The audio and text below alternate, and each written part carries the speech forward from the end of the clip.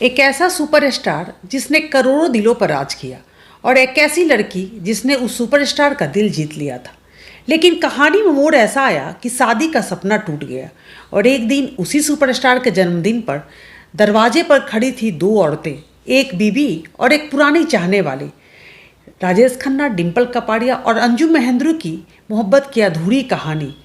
नमस्कार दोस्तों, मैं हूं अंजू सिंह और आप देख रहे हैं अंजू फैक्ट चैनल। एक बार फिर से मेरे चैनल पर आप सभी का तहे दिल से स्वागत है।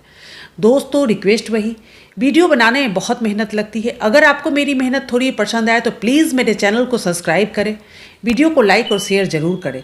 तो आइए अब बिना किसी देर के इस वीडियो को शुरू करते हैं। आइए अब जानते हैं राजेश खन्ना के जीवन से जुड़ी एक दिलचस्प किस्सा।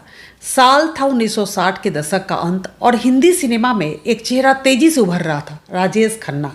दूसरी ओर एक मासूम सी लेकिन टैलेंटेड लड़की थी, अंजू महेंद्रू, जो धीरे धीरे एक्टिंग की दुनिया में कदम रख रही थी। अंजू का स्वभाव बेहद केयरिंग, पॉजिटिव और शांत था।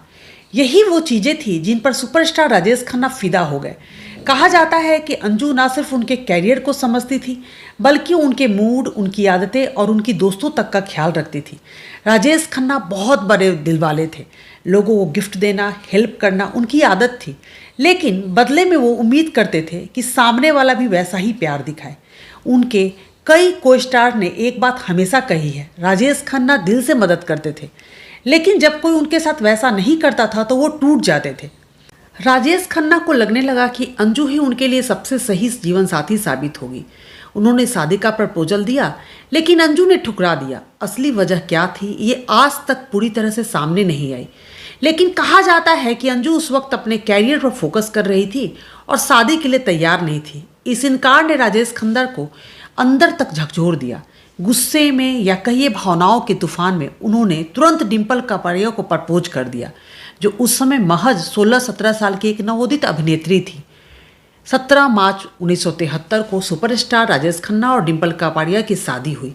ये शादी पूरे देश में सुर्खियों में थी, लेकिन ये शादी अंदर से उतनी खुशहाल नहीं थी जितनी बाहर से दिखती थी। डिम्पल कपाड़िया ने खुद कई इंटरव्यू में कहा है कि शादी के कुछ सालों बाद ही दोनों के रिश्तों में खटास आने लगी थी।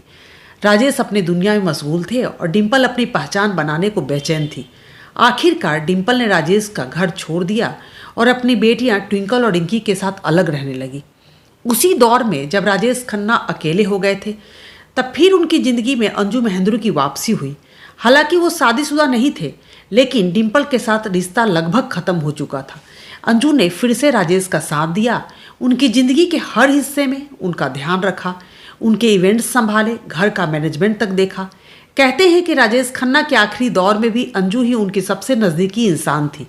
अब आते हैं सबसे इमोशनल और ड्रामेटिक मोड़ पर।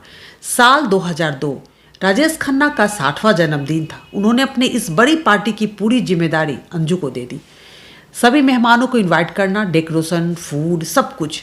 अंजू ने सब कुछ बड़ी खूबसूरती से प्लान किया, लेकिन एक ऐसा नाम था जिसे आमंत्रित नहीं किया गया। वो नाम था डिम्पल कपाड़िया। डिम्पल को जब इस पार्टी के बारे में एक तीसरे व्यक्ति से पता चला तो वो हैरान रह गई। उन्होंने राजेश खन्ना से पूछा, मुझे क्यों नहीं बुलाया गया? राजेश खन्ना को जैसे झटका लगा।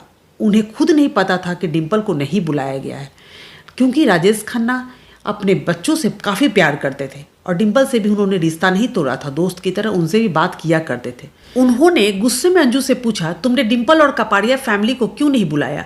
अंजू का जवाब था, आपने मुझे जिम्मेदारी दी थी और मैं नहीं चाहती थी कि माहौल खराब हो। राजेश खन्ना नाराज हो गए। उन्होंने खुद जाकर डिम्पल, ट्विंकल, रिंकी और पूरे परिवार को आमंत्रित किया। राजेश खन्ना हमेशा से रिश्ते जोड़ने वाले इंसान थे, तोड़ने वाले नहीं।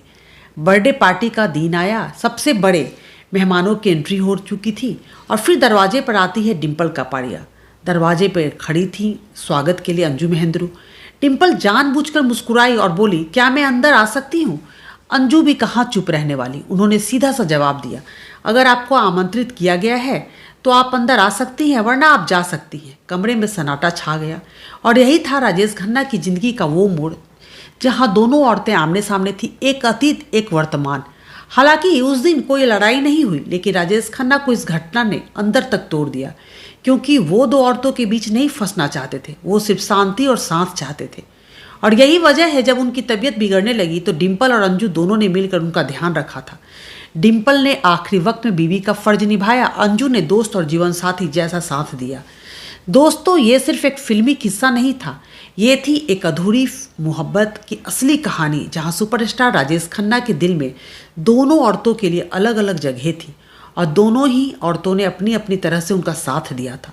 अगर आपको ये कहानी पसंद आई हो तो इस वीडियो को लाइक करें, शेयर करें और सब्सक्राइब करें हमारे चैनल अंजू फैक्ट को। हम लाते हैं आपके लिए बॉलीवुड की ऐसी ही अनसुनी, अनकही और सच्ची कहानियाँ जिन्हें जानकर आप कहेंगे ये तो हमें पता ही नहीं था।